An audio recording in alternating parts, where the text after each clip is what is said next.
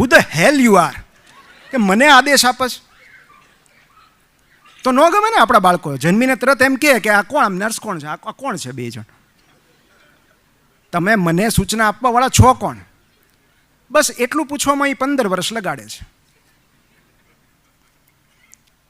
અને તમને ખબર છે ક્લિયોપેટ્રાની વાર્તા સાંભળી છે તમે, કે ક્લિયોપેટ્રા છે ને જુલિયસ સીઝરને સિડ્યુસ કરવાનો હતો, જુલિયસ સીઝરને આકર્ષિત કરવાનો હતો, મોહિત કરવાનો હતો. અને ક્લિયોપેટ્રાએ એ સમયની બેસ્ટ સિલેક્શન ટેકનિક વાપરી, જે હજી આજ સુધી બેસ્ટ સિલેક્શન ટેકનિક છે. કારણ કે જુલિયસ સીઝર પાસે તો ક્યાં કમી હતી, જે માગે હાજર થઈ જાય. યુઝ્યુઅલી કામુકતા, સેક્સ્યુઅલ જે વૃત્તિ છે એનો હથિયાર તરીકે ઉપયોગ કરતા હોય, પણ ક્લિયોપેટ્રાને ખબર હતી કે એનાથી આ માણસ નહીં આકર્ષિત થાય, કારણ કે એની પાસે બહુ છે. કેટલી બધી રાણીઓ હોય, કેટલી બધી દાસીઓ હોય, કમી જ નથી એને. તો મારે એને આકર્ષિત કરવું હોય તો મારે શું કરવાનું? એણે 2 વસ્તુ વાપરી. એક ક્રિએટિવિટી. તમને એ વાર્તા ખબર હોય તો એ કાર્પેટમાં એ વીંટાઈને ગઈ, અને જ્યારે કાર્પેટ ખોલી ત્યારે એમાંથી ક્લિયોપેટ્રા નીકળી. This is creativity. અને બીજું લાફ્ટર. ક્લિયોપેટ્રા એક સીધો સાદો સંકલ્પ કર્યો કે જ્યાં સુધી જુલિયસ સીઝર મારી સાથે હોય, જેટલો સમય એટલો સમય એના ચહેરા પર હાસ્ય હોવું જોઈએ. He should be laughing, that's it. કોઈ ફરિયાદ નહીં, કોઈ કકળાટ નહીં, કોઈ ઉપદેશ નહીં, માત્ર હ્યુમર. અને પછી આપણને ખબર છે એ બેના લગ્ન થયા અને સિઝેરિયન આવ્યો અને એના પરથી નામ પડ્યું. તો આજની તારીખે જો તમારે કોઈને વશમાં લેવા હોય તો best weapon is sense of humour. અને જો રમૂજ નહીં ઉગારે, સપોઝ કે રમૂજ નથી તમારી પાસે, તો વાર્તા તો ઉગારશે જ. જેમણે કહ્યું ને, એક નાનો એવો પ્રસંગ કહું છું કે ગીજુભાઈએ, તમે દિવા સ્વપ્ન વાંચ્યું હોય કે નહીં, દરેકે વાંચવું જોઈએ આઈડિયલી. આ આપણી જવાબદારી છે, આપણી ફરજ છે ગીજુભાઈના પુસ્તકો વાંચવા. જ્યારે આપણે, કારણ કે કેવું છે કે ડ્રાઇવિંગ લાઇસન્સ વગર તમે વાહન ચલાવી નથી શકતા, પણ પેરેન્ટલ લાઇસન્સ વગર બાળકો ઉછેરી શકો છો. આ કમનસીબી છે. તો આ જે પુસ્તકો છે એ પેરેન્ટિંગ લાઇસન્સ આપે છે. તો દિવા સ્વપ્નમાં જ્યારે પહેલાં જ પ્રકરણમાં એમણે લખ્યું છે કે એમને એક નવો વર્ગ સોંપવામાં આવ્યો હતો, અને ગીજુભાઈને એવું હતું કે હું એમને વશમાં કરી લઈશ બાળકોને.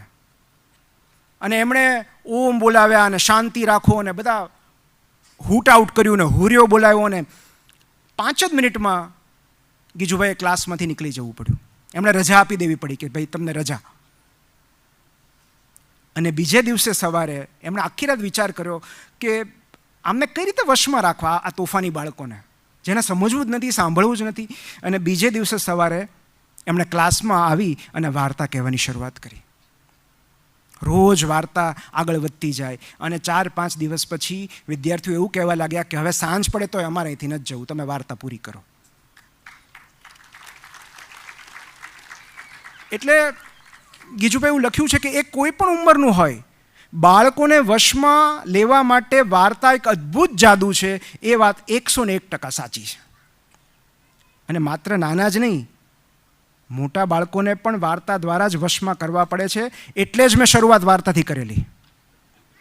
તું શું વિચારે છે, તારે શું કરવું છે? તો સલાહ આપવાને બદલે એમની સ્વતંત્રતાને બળ આપવું જરૂરી છે. એન્કરેજ ઓટોનોમી, કે બેટા વોટ્સ યોર પ્લાન.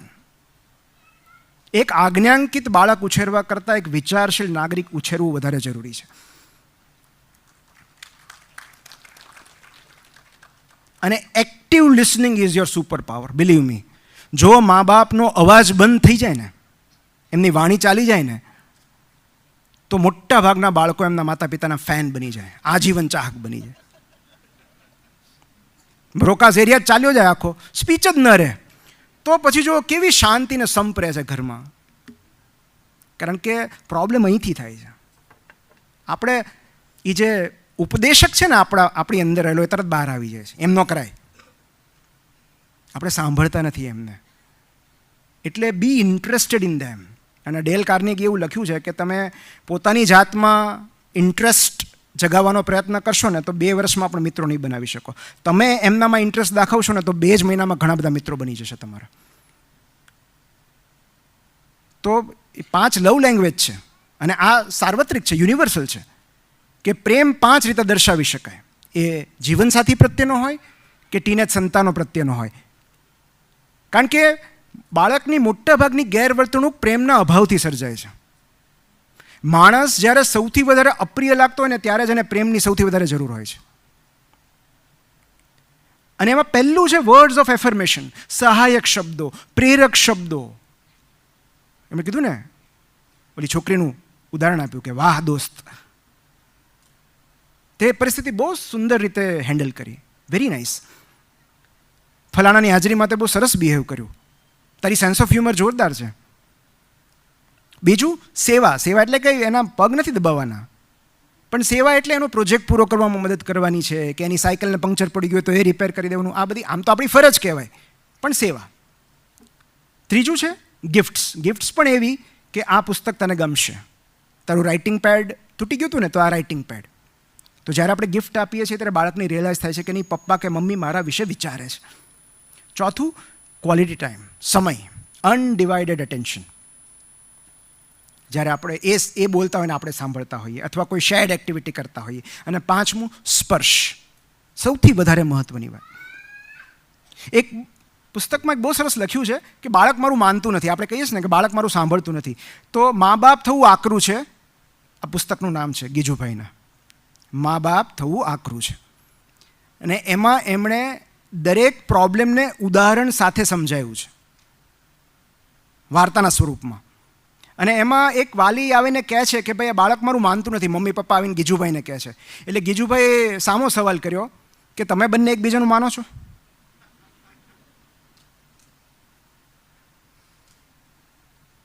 તો બાળક આપણું એટલા માટે નથી માનતું કારણ કે ઘરના સભ્યો એકબીજાનું નથી માનતા.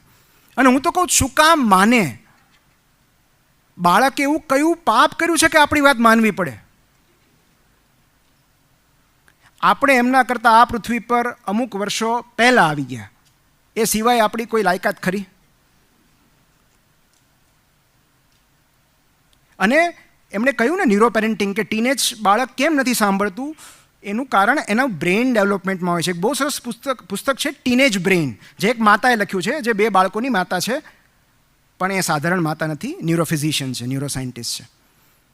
એટલે કોઈ પણ માતા લખે ને તો પહેલાં તો એ આવું જ લખે, ફરિયાદ જ કરે કે માનતું નથી. પણ કેમ નથી માનતું એનો જવાબ એમણે આમાં આપ્યો છે કે ટીનેજ બ્રેઇન છે ને એ ડેવલપિંગ બ્રેઇન છે. એમાં પ્રી ફ્રોન્ટલ કોર્ટેક્સ હજી બન્યું નથી હોતું, અને એમનું એમિગડેલા જ એક્ટિવ હોય છે. પ્રી ફ્રોન્ટલ કોર્ટેક્સ એટલે કે જેમાં લોજિક હોય, રિઝનિંગ હોય, ઇમ્પલ્સ કંટ્રોલ હોય, એમ્પથી હોય, એ નથી ડેવલપ થયું. એટલે આપણને એમ થાય કે કેમ આ 2 જ રોટલી પડી છે, જોવે છે કે હજી 2 જણ બાકી છે, કેમ બધું ખાઈ ગયો? અને બીજાનો વિચાર નથી આવતો? આટલું બધું બોલે છે, હર્ટ કરે છે, અને ખબર નથી પડતી. There is no empathy, zero empathy. તમને એમ થાય કે ટીનેજ સંતાન એટલું બધું રૂડ કેમ થઈ ગયું? એનું રીઝન આ છે, કારણ કે એમનામાં એમ્પથી હજી વિકસી નથી હોતી. એ આપણને જોઈને શીખતું હોય છે. અને એમનામાં શું એક્ટિવ હોય છે? Emotional brain, amygdala, limbic system, flight or fight reaction. એટલે તમે જેવું કંઈક કહેશો ને, કાં તો તમારી ઝઘડો કરશે, કાં તો ઘર છોડીને નીકળી જશે. ફાઇટ ઓર ફ્લાઇટ. એ ઇમોશનથી જ વિચારે છે.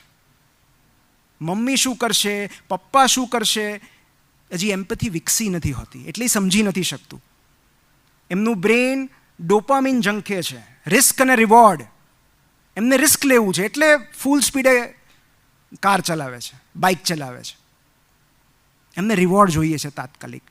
અને એમનું ઇમોશનલ રેગ્યુલેશન હજી ડેવલપ થતું હોય છે. અને મિડ-20s સુધી ડેવલપ થાય છે. કેટલાકનું તો 40 નથી થતું હોતું.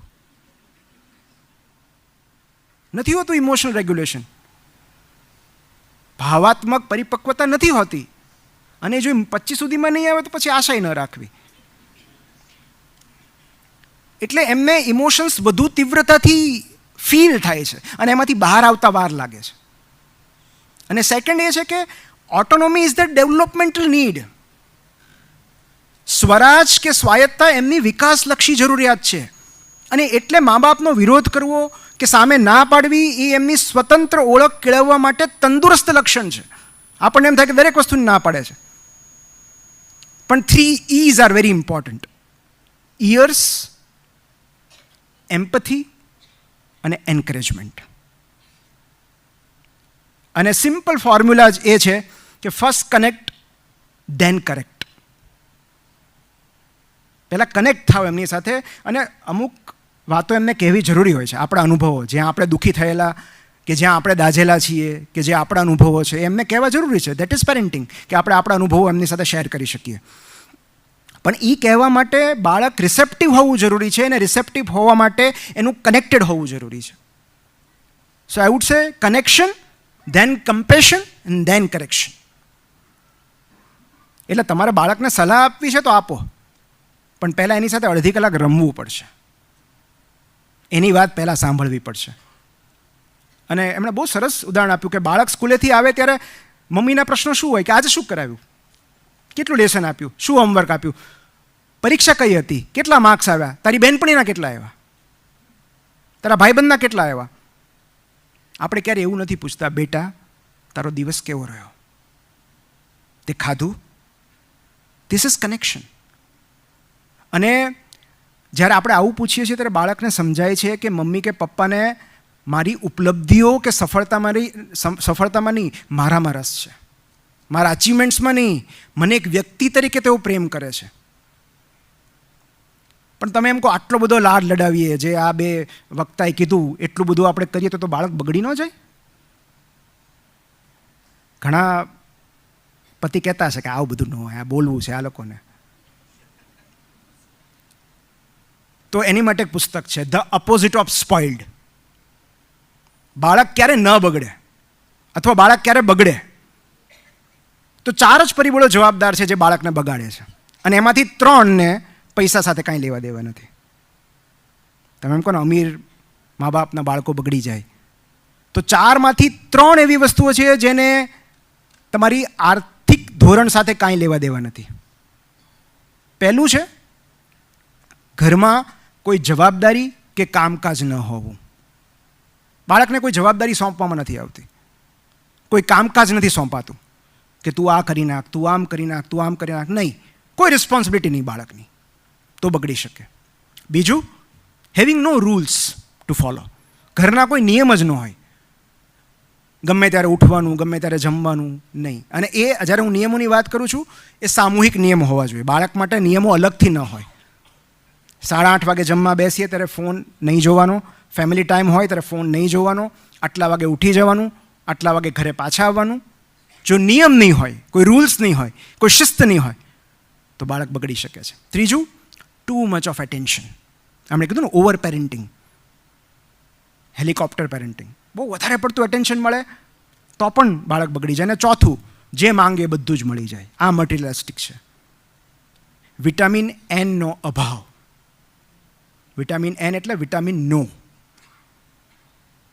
આ ના સાંભળવી બહુ જરૂરી છે, કારણ કે અત્યારે નહીં સાંભળે ને તો ગર્લફ્રેન્ડ કે બોયફ્રેન્ડ તો પાડી જ દેશે ટેવ. જગત તો પાડી જ દેશે. તમે આપશો બધું, આ જગત નહીં આપે. બહુ રાહ જોવડાવે છે. છેલ્લે મને એક બે મા બાપ એવું પૂછતા હતા કે અમને બહુ ડર લાગે છે કે અમારા સંતાનો અમારાથી વિમુખ નહીં થઈ જાય ને, અમને છોડીને ચાલ્યા નહીં જાય ને, પાછા તો આવશે ને. અને ત્યારે હું એમ કહું છું કે આ 2 તરકીબ તમે આજમાવી શકો. પહેલી વસ્તુ તો એ કે your children or our children owe us nothing. આપણા બાળકો આપણને કશું જ આપવા બંધાયેલા નથી. આ હકીકત છે. આપણે એના ભાષ્ય અલગ અલગ કર્યા છે આપણી જરૂરિયાત પ્રમાણે, આપણા સ્વાર્થ પ્રમાણે, કે આપણે જન્મ આપ્યો અને આપણે ઉછેર્યા હોય તો આપણું તો કરે જ ને, ન કરે? એવું નથી હોતું. આપણે એમને આ પૃથ્વી પર લાવ્યા છે આપણી સમજણ પ્રમાણે. એમણે અરજી નહોતી કરી. સો અવર ચિલ્ડ્રન ઓ અસ નથિંગ. કોઈ જ અપેક્ષા ન રાખો, કારણ કે એ કદાચ ન ફૂલફિલ થાય. અને 2 જે તરકીબ છે, એક એવી કે આપણા ઉછેર દરમિયાન આપણા મા બાપે પણ ઘણી બધી ભૂલો કરી હશે અને આપણને યાદ હશે એ ભૂલો. એમને માફ કરી દેવા. તો કદાચ આવતીકાલે આપણા સંતાનો આપણને માફ કરી દે, કદાચ. અને બીજું બહુ અગત્યનું છે, એમની અપૂર્ણતાને ચાહો. લવ ધેર ઇનકમ્પ્લીટનેસ, એમની નબળાઈઓને ચાહો, કારણ કે એ તમારી અપૂર્ણતાને ચાહે છે.